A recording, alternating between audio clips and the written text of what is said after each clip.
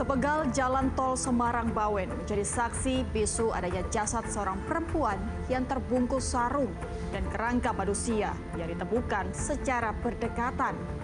Lantas, apa yang sebenarnya terjadi? Dan apakah ada hubungan antara keduanya? Selamat malam, sahabat RTV. Saya Retno Ayu akan menemani Anda selama 30 menit ke depan dengan laporan khusus Cemburu dan Asmara Terlarang. Nyawa ibu dan anak melayang. Selengkapnya di Turn Back Crime. Penumpas kejahatan.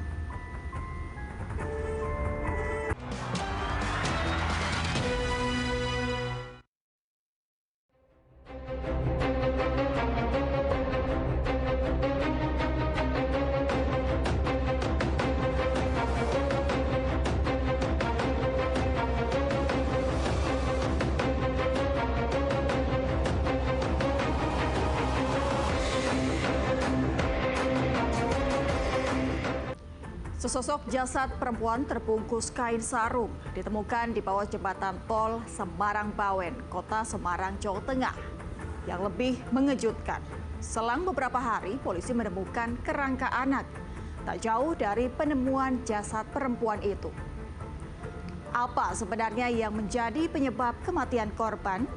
Lantas, adakah hubungan antara jasad perempuan yang terbungkus sarung dengan kerangka anak tersebut? Suasana di jalur tol Semarang-Bawen kilometer 425, wilayah Banyumanik, Jawa Tengah yang biasanya ramai oleh lalu lalang kendaraan pada Minggu 13 Maret 2022, seketika berubah jadi mencekam. Warga sekitar dikejutkan oleh penemuan jasad seorang perempuan yang terbungkus kain sarung persis di bawah jembatan Susukan. Penemuan jasad ini kemudian dilaporkan warga ke aparat kepolisian. Anggota Ditreskrimum Polda Jawa Tengah yang datang ke lokasi langsung melakukan olah tempat kejadian perkara.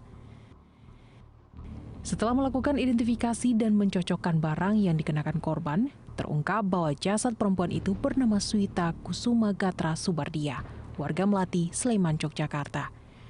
Perempuan 33 tahun itu merupakan ibu dari 2 anak dan diketahui sebagai tenaga kesehatan di Sleman.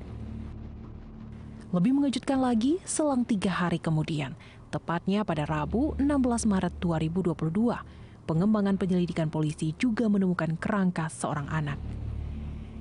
Jasad Swita dan kerangka bocah tersebut kemudian dibawa ke RSUP Dr. Karyadi Semarang untuk diotopsi.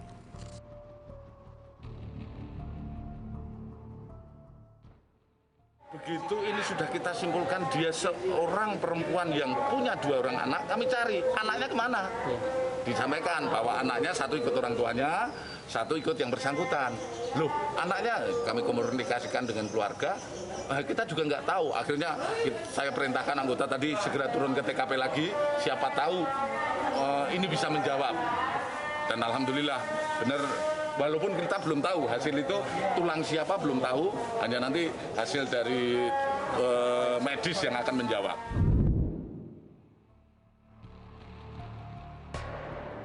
Dari identifikasi sementara, kerangka anak tersebut diketahui berjenis kelamin laki-laki. Hanya beberapa bagian tubuh korban yang ditemukan, karena tulang rawan dari jasad anak memang lebih cepat hancur. Sementara di TKP kita ketemu tulang tengkorak utuh, itu tulang pergelangan tangan, kaki, bahu, panggul, itu aja yang masih jelas sama tulang kaki. Yang kecil-kecil kan karena di TKP saya bisa menentukan dia jenis kelamin laki-laki dan usia di bawah 10 tahun, jadi memang cepat hancur yang tulang-tulang rawannya seperti itu.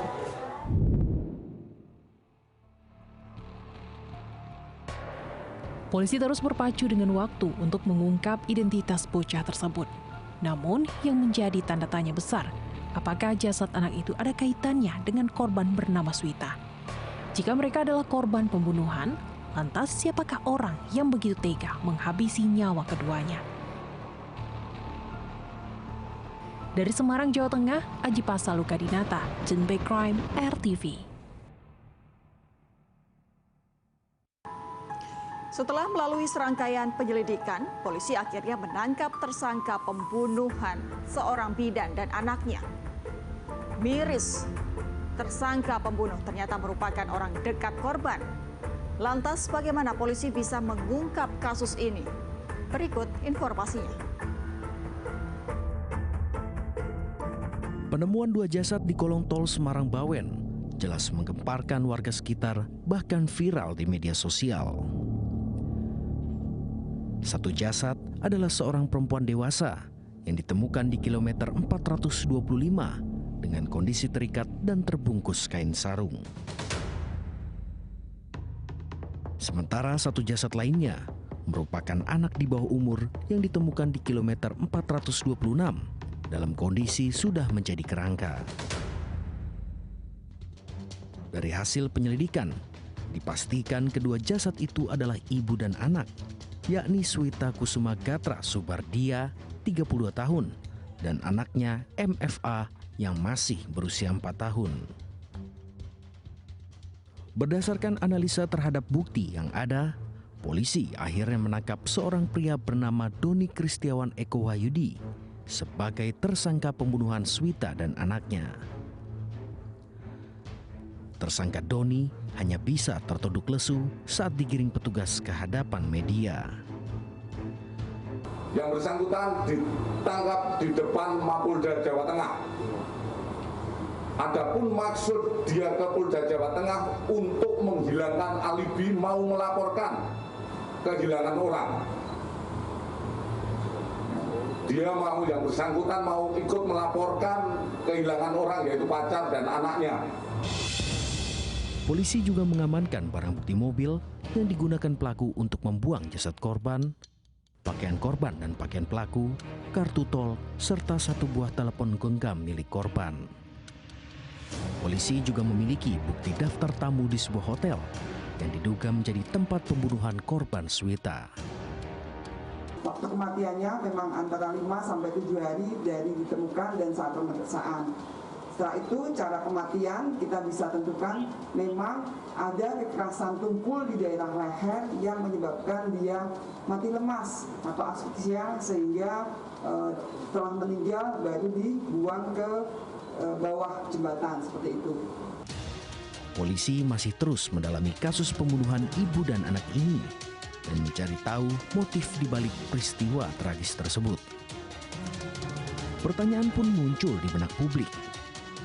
Apa hubungan antara tersangka Doni dengan kedua korban hingga tega menghabisi mereka dengan cara yang sadis? Dari Semarang, Jawa Tengah, Aji Pasa Lukadinata, Tembe Crime, RTV. Setelah serangkaian investigasi, polisi pun mengungkap kronologi dan motif pembunuhan ibu dan anak di Semarang, Jawa Tengah. Informasinya sesaat lagi, tetaplah di Tembe Crime, menumpas kejahatan.